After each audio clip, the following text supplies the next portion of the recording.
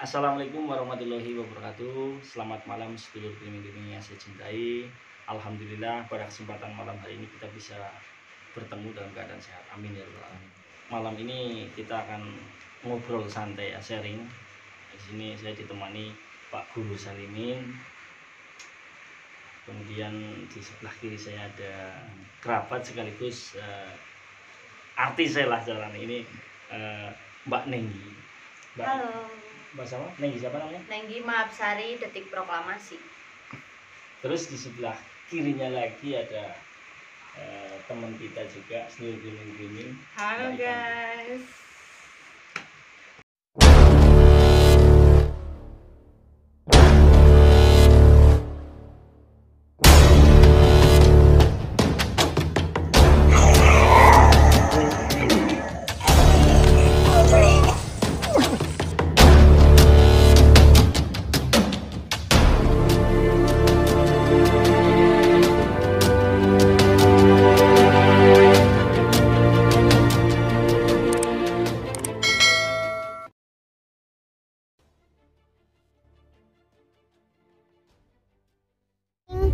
Jangan lupa di subscribe.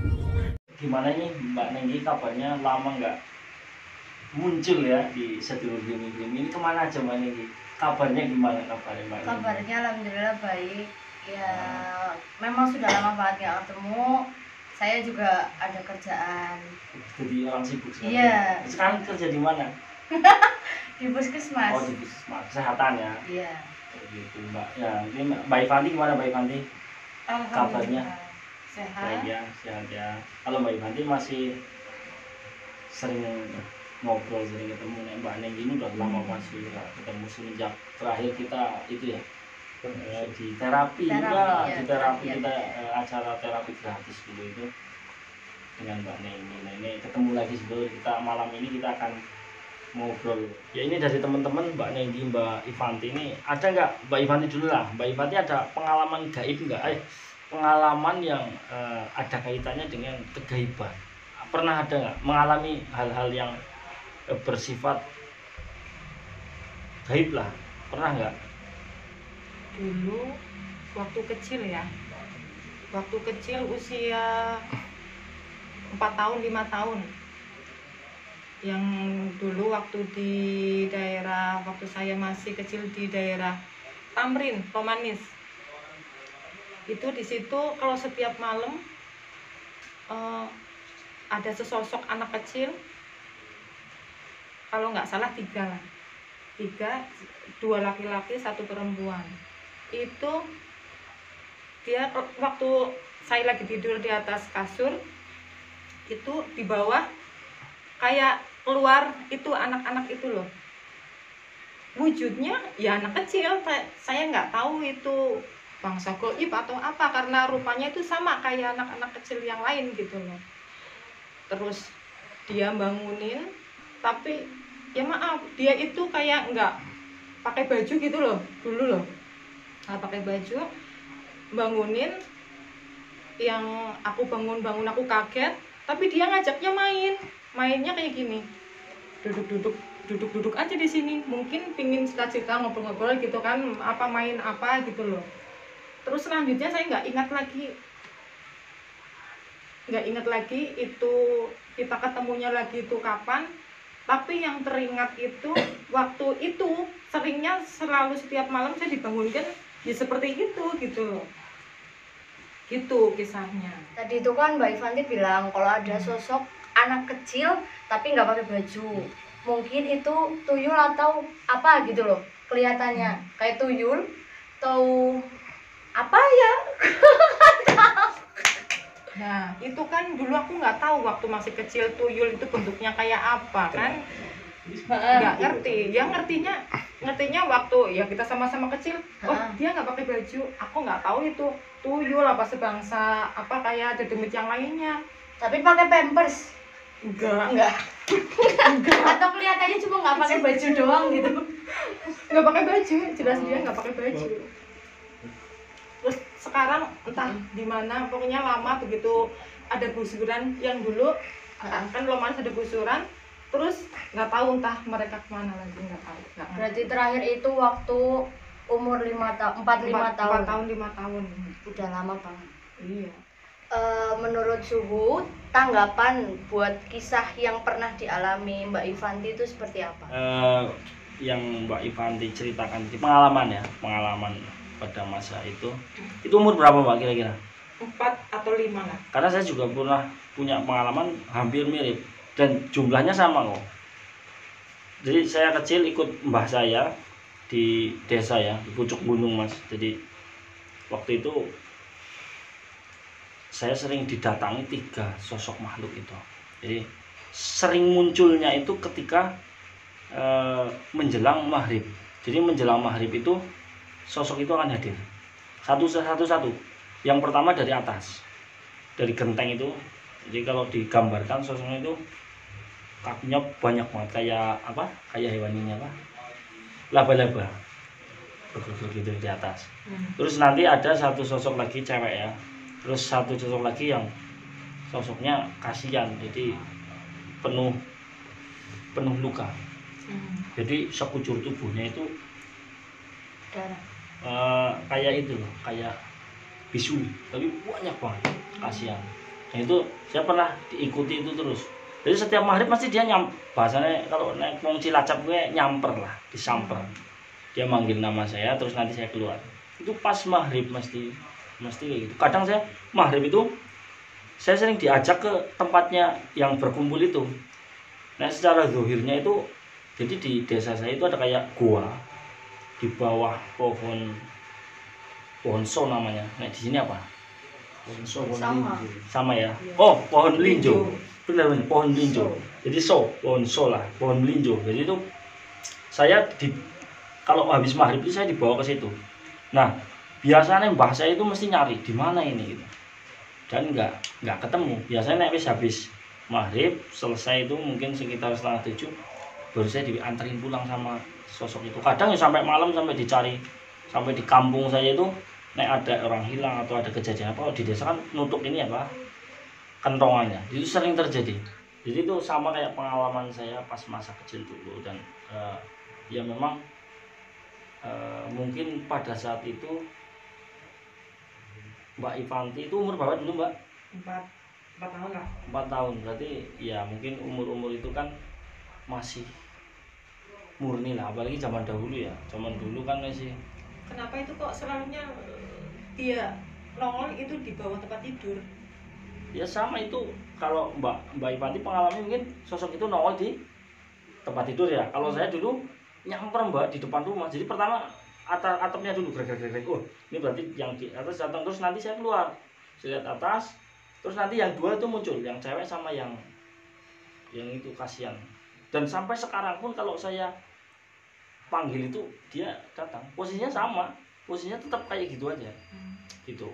Sampai sekarang. Jadi ketika saya pengen lihat dia kondisinya seperti apa, ya dia muncul, dan itu sampai sekarang Mas. Tapi nggak ngikut saya ya, nggak ngikut saya. Dia teman, mungkin teman pada saat masih kecil itu gitu. Nah itu Bu yang tadi saya bicarakan, itu yang dari 3 sosok itu termasuk apakah itu tuyul yang dikatakan Mbak siapa namanya? Mbak Nenggi lupa ya, sama Mbak Nenggi, atau sosok apa itu Bu? Jadi kalau yang saya tanggapi Mbak Ivanti tadi pengalamannya itu ya itu memang bisa seperti itu. Saya juga dulu mengalami yang seperti itu, jin Mbak. Jin yang mungkin ada di area situ itu bisa macam-macam sih. Kalau lihat dari sosoknya, kastanya seperti itu ya itu jin-jin yang ada di lokasi itulah. Bukan, kan ada yang sosok jin yang dia punya wibawa, punya kesaktian, yang mana dia dulunya mungkin menempati suatu media atau alat atau apapun, bisa dari punya Mbah He gitu kan, dia ngikuti itu kan ada. Nah Mbak yang punya Mbak Ivanti ini kayaknya enggak, memang itu ada jin yang di area situ, kemudian mungkin nyaman dengan adanya Mbak Ivanti, makanya waktu itu Mbak Em merasakan seperti itu gitu, mungkin seperti itu. Kalau dulu mungkin di waktu kecilnya Mbak Ivanti kan umur 4 tahun tuh kan diganggu hantu gitu lah ya, semacam anak-anak kecil kayak gitu, 3 anak kecil ya Mbak. Nah kalau misalnya kira-kira saya kan sudah besar ya, mungkin saya belum punya pengalaman masa kecil gaib atau ketemu hantu atau apa itulah. Kira-kira sekarang aku bisa nggak sih tiba-tiba ketemu hantu gitu, tiba-tiba nampakin di depan muka gitu loh. Siapa tahu kan? Gitu. Gimana ya, Suhu? Ya bisa saja, bisa kamu kayak gitu ya bisa. Intinya gini, ketika frekuensi kamu sama dengan makhluk itu, ya kamu akan bisa merasakan itu. Intinya seperti itu. Jadi nggak kamu dong, nggak kita, nggak Mbak Ivanti, semua orang bisa seperti itu ketika frekuensi yang ada di kamu, frekuensi kamu dengan frekuensi makhluk astral itu sama, itu kamu bisa merasakan. Tapi nek kamu diikuti apa? Hantu. Diikuti juga bisa saja. KB bisa lah. Oh. Ya, maksud kamu gimana tadi? Maksudnya pertanyaan tadi apa? Kira-kira bisa nggak saya itu ya ketemu makhluk halus atau tiba-tiba ketemu hantu di nongol atau ya sama seperti ceritanya Suhu yang mungkin disampet, ya, Mbak Ivanti dibangunin kamu gitu. pengen ketemu Enggak kepengen kira-kira. Bisa enggak gitu? Iya bisa enggak, maksudnya tapi bisa, enggak nanti pulangnya tak bikin biar ketemu. Jangan Oh, nah. Jangan. gitu ya maksudnya ya pengen nanti kita biar kamu ketemu nanti apa pas di depan pintu gitu. Jangan. Oh, Jangan yang buat kaget gitu loh, Oh, tiba-tiba nongol papasan face to face gitu kan. Kira-kira kamu takutin. berani nggak menghadapi yang seperti itu? Kira-kira. Tergantung mukanya ini, bentuk muka Oh, dia berarti kan- waktu meninggal iya. atau posisi Nah, dia itu bisa waktu umpamanya mukanya kayak saya kayak gitu gimana kira-kira? enggak sih, mending saya tinggal saja kalau itu. Apa kayak artis lah, artis apa ini nggak takut ya? Enggak takut kalau itu. Kita ajak ngobrol, kayaknya Oh, nggak bakal bosen. Bob, Terus bilang, waktu tadi Suhu bilang frekuensi aku sama si Makhluk. hantu ini atau makhluk halus Hantu ini ya. sama gitu ya. "Mm-mm." Frekuensinya itu dari mana gitu loh? Frekuensi radio atau televisi? Ya, jadi menanggapi pertanyaan yang luar biasa dari Mbak Nenggi, itu luar biasa pertanyaannya. Bab frekuensi, intinya gini Mbak Nenggi, yang dimaksud frekuensinya adalah getaran atau gelombang yang dihasilkan dari kamu dengan makhluk itu sama, gitu. Intinya seperti itu. Jadi ketika selaras ya, dalam ini selaras, kamu merasakan kegaiban itu dan semua orang sebenarnya bisa merasakan kegaiban itu, gitu, paham ya? Kira-kira kapan Mas gelombang atau frekuensi yang manusia rasakan itu sama dengan hantu? Pada saat apa? Pada saat kamu bisa merasakan kegaiban itu pada saat seperti apa sih? Ada kalanya kita pernah menjumpai nggak kayak gini? Ini kisah nyata. Karena kita sering menjumpai pada saat kita terapi ya, pernah menjumpai orang yang sudah kondisi lemah. Biasanya orang yang kondisinya lemah itu dia sangat mudah merasakan kegaiban itu. Pernah nggak menjumpai Mbak Nenggi, pernah menjumpai nggak orang yang sedang sakit terus mengalami linglung, mengalami halusinasi yang teramat besar? Contoh, ini ada saudara saya, ada apa, pernah kan ya, orang sepuh biasanya kan ya, orang sakit kan, nah linglung mungkin ya linglung. Nah berarti pada saat kondisi seperti apa ya, kondisi saat kita kondisi lemah. Galau gitu itu juga bisa. Galau juga bisa, kamu sering-sering galau nanti kamu itu bisa merasakan itu. Jadi ketika kondisi kita dalam kondisi tidak baik lah, tubuh kita tidak baik. Ada yang sangat baik juga bisa ketika kita meditasi atau kita merenung di tempat-tempat yang mungkin wingit, kita tenangkan diri, kita bisa sama juga frekuensinya gitu. Ini seperti itu Mbak Nenggi. Mas Suhu, apakah pengalaman saya yang dulu akan kembali lagi dan terulang lagi seperti itu? Maksudnya kita bertemu dengan sosok apa lagi gitu loh? Ya, intinya yang pada saat itu terulang lagi gitu. Bisa nggak sih gitu ya maksudnya Mbak Ivanti ini ya? Iya. Jadi kalau yang dirasakan Mbak Ivanti itu tadi bertanya, Mas Suhu, apakah suatu saat nanti hal yang seperti dulu itu akan bisa terulang lagi? Bisa nggak? ya kemungkinan bisa juga bisa, karena tidak menutup kemungkinan ya. Tadi saya mengucapkan saya memberikan pemahaman bahwa ketika frekuensi kita sama dengan makhluk itu ya kita akan bisa merasakan, itu yang merasakan. Tapi nek diikuti Enggak. kayaknya enggak. Kayaknya kalau diikuti enggak, tapi nek Dipanggil lagi. merasakan yo nek dipanggil pasti bisa nek dipanggil, tapi kan enggak pingin kan Mbak Ivan enggak pingin. Ya, Enggak pingin. Jadi kalau merasakan tetap masih bisa, tapi nek diikuti lagi kalau saya lihat kayaknya Mbak Ivan enggak sih. Tanya nih, kalau misalnya anak kecil tuh kan belum, masih usia mungkin 1 tahun sampai 4 tahun, pokoknya anak kecil belum usia balik itu bisa nggak sih berinteraksi gitu sama hantu atau makhluk gaib atau makhluk halus gitu? Oke, terima kasih atas pertanyaannya Mbak Nenggi ya, Mbak Nenggi. Ya, terkait anak kecil yang dikatakan lebih banyak seolah-olah bisa melihat hantu atau makhluk halus yang seperti itu, pada dasarnya adalah karena anak kecil ini prosesnya adalah proses masih masa anak-anak atau suka bermain, masih berpikir yang seperti sebuah ada halusinasi, ataupun ada juga yang memang betul-betul bisa melihat secara kegoiban itu seperti itu.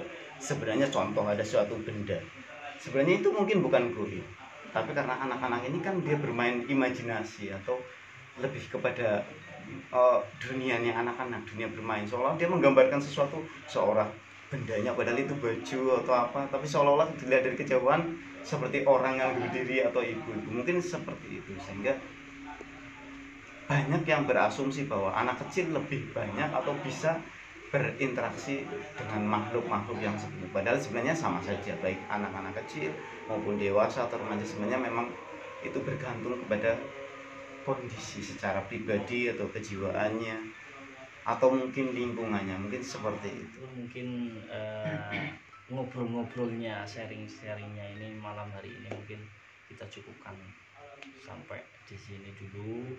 Lain waktu mungkin kita akan ngobrol lebih panjang lagi, lebih dahsyat lagi obrolannya biar tambah mantep gitu ya sedulur. Ini saya mengucapkan banyak terima kasih sekali sama Mbak Nenggi, terus Mbak Ivanti, terus Pak Guru, yang mana teman-teman ini sudah meluangkan waktunya untuk bisa ngobrol ya, sharing Ya. Yang mana nanti semoga sih ada edukasi yang bisa diambil untuk para penonton, mungkin seperti itu. Mungkin itu saja yang bisa saya sampaikan malam hari ini. Jangan lupa like, comment, dan subscribe. subscribe. Jangan pernah mencari kebenaran sendiri, karena sejatinya kebenaran itu hanya milik Gusti Allah Subhanahu wa taala. Wabillahi taufiq wal hidayah. Wassalamualaikum warahmatullahi wabarakatuh. Waalaikumsalam warahmatullahi wabarakatuh. Salam griming. Subscribe. Jangan lupa subscribe. Jangan lupa subscribe.